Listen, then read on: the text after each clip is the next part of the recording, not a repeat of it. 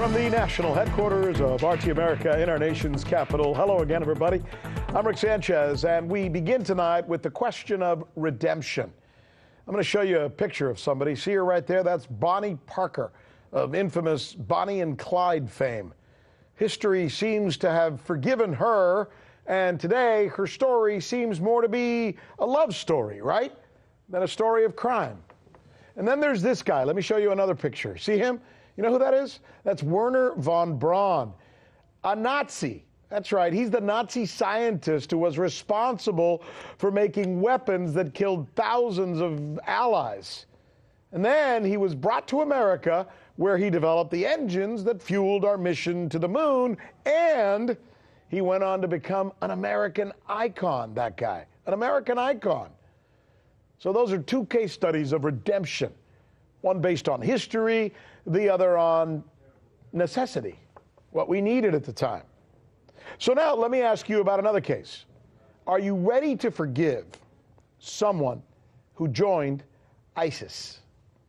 Like Bonnie of Bonnie and Clyde, this woman hooked up with the wrong guy, married an ISIS fighter. He died.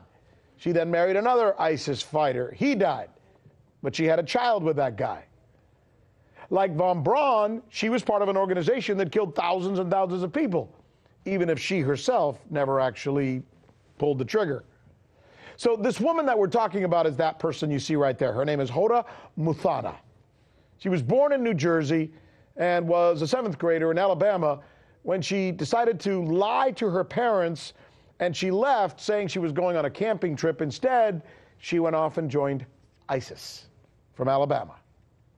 Now she calls ISIS evil, wrong, bad, and describes what she did as just a horrible and stupid mistake. Do we forgive her? Do we take her back in? Would you?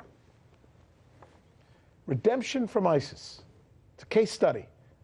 And it's our lead tonight on the News with Rick Sanchez, where we believe with all of our hearts it's time to do news again. Big show tonight. We begin with the question that could become even more prevalent than you think.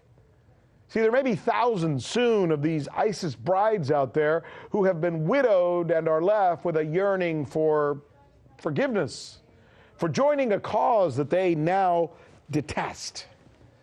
The case study is that of Hoda Muthana. RT correspondent John Huddy brings us her story. U.S. Secretary of State Mike Pompeo said Hoda Muthana will not be allowed to return to America, adding a complicated twist to an already complex, albeit intriguing story. In a statement today, Secretary of State Pompeo said, quote, Ms. Hoda Muthana is not a U.S. citizen and will not be admitted into the United States. She does not have any legal basis, no valid U.S. passport, no right to a passport, nor any visa to travel to the United States. We continue to strongly advise all U.S. citizens not to travel to Syria. Muthana, in interviews with The Guardian and ABC News, said she left Alabama 4 years ago, where she was a college student, telling her parents she was going on a college trip, but instead taking her tuition money and jumping on a flight to Turkey, eventually being smuggled across the border into war-ravaged Syria. She settled in Raqqa, ISIS's de facto capital in Syria. Her first husband, an ISIS fighter, was killed in Kobani, after which Muthana posted a series of angry tweets calling for attacks on America. Her second husband was also reportedly killed in the fighting. She says she doesn't know where her third husband is. I'm just a normal human being who's been manipulated once and hopefully never again. We would see dead bodies in public. We'd see limbs splattered on the floor. Seeing it with your own eyes really made you wake up and change. When he was born, I wanted to leave because I had a new motherhood instinct that I didn't have before. When I go back, I will learn more and I will try to help people not make the same mistake that I have. Muthana blames her youthful ignorance, misunderstanding of the Islamic faith, and being brainwashed online for what she now calls her big mistake. Muthana and her 18-month-old son are currently being held at a refugee camp in northern Syria, along with an estimated 1,500 other foreign women and children. The attorney representing Muthana's family, Hassan Shibli, said today that Muthana had a valid U.S. passport and is a U.S. citizen, even tweeting a copy of the birth certificate he says proves Muthana was born in Hackensack, New Jersey, October 28, 1994.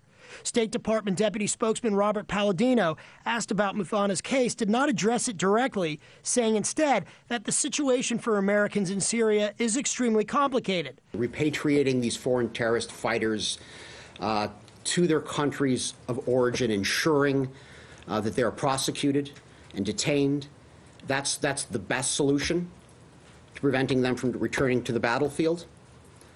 We view these fighters as a global threat, and we seek global cooperation to resolve that threat.